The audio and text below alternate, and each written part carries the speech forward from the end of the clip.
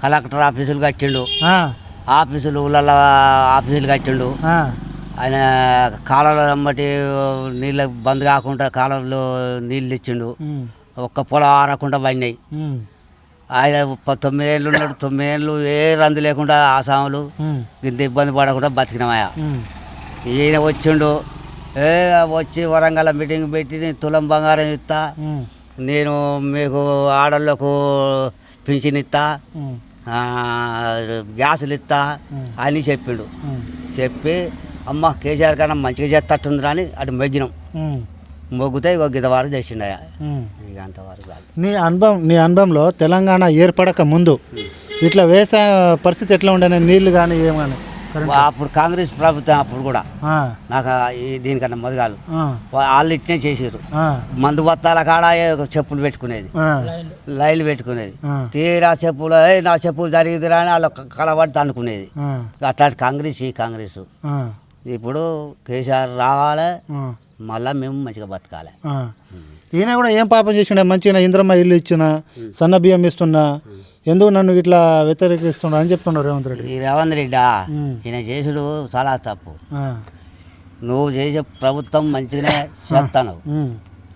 నీ మాటలు వాళ్ళు మీ మంత్రులు వింటారో వింటలేరో. ఇదంతా జరిగేదంతా కేసీఆర్ పదవులే మంచిగా ఉన్నాయి. ఈయన చేసే పదవులు అన్నీ దొంగ పనులు. ఈ రేవంత్ రెడ్డి దోస్తు తెలుసా నీకు? వేం నరేందర్ రెడ్డి. ఎరికే ఆయన అంతకుముందు ఎమ్మెల్యే.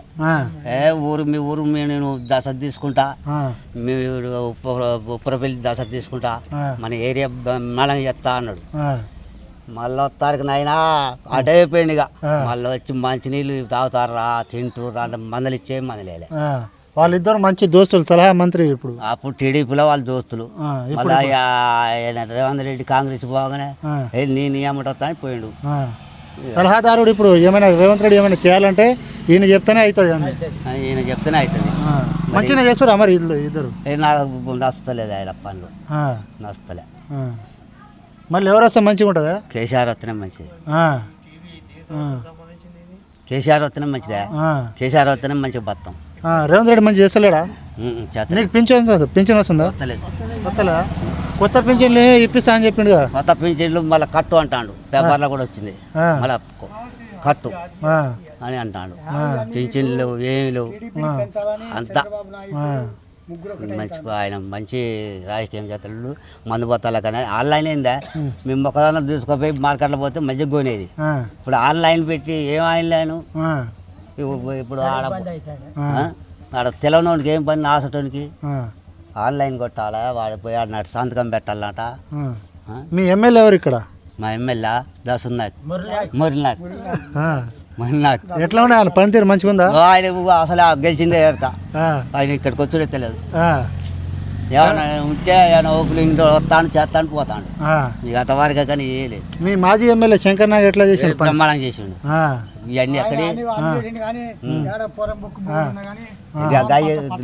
కానీ ఆయన మంచిగా చేసిండు. ఇక ఈ ఆఫీసులు, ఈ దవాఖానాలు, ఈ కలెక్టర్ ఆఫీసు, మన మైబాదు, ఇవన్నీ మంచిగానే చేసిండు. మంచిగా కట్టించిండు. నీళ్ళు రాకుంటే ఏటమ్మడి నీళ్ళు రాకుంటే అక్కడ పోయి కట్ట దింపిండు ఆయన సొంతం పోయి. అట్లా వచ్చి నీళ్ళు వచ్చి మంచి పంటలు పండించుకున్నాం. శంకర్నాగ్ మంచిగా చేసిండు.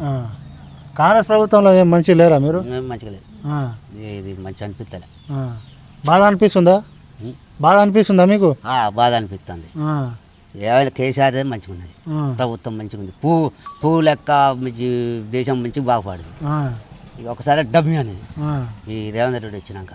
మళ్ళీ లాస్ట్కి ఇట్లా తులం బంగారం ఇస్తా, ఇంద్రమల్లి ఇల్లు ఇస్తా, అన్ని పథకాలు అమలు చేస్తా అంటే మళ్ళీ ఓటేస్తారా మీరు? మేం చాలా ఇక మోసపోయింది.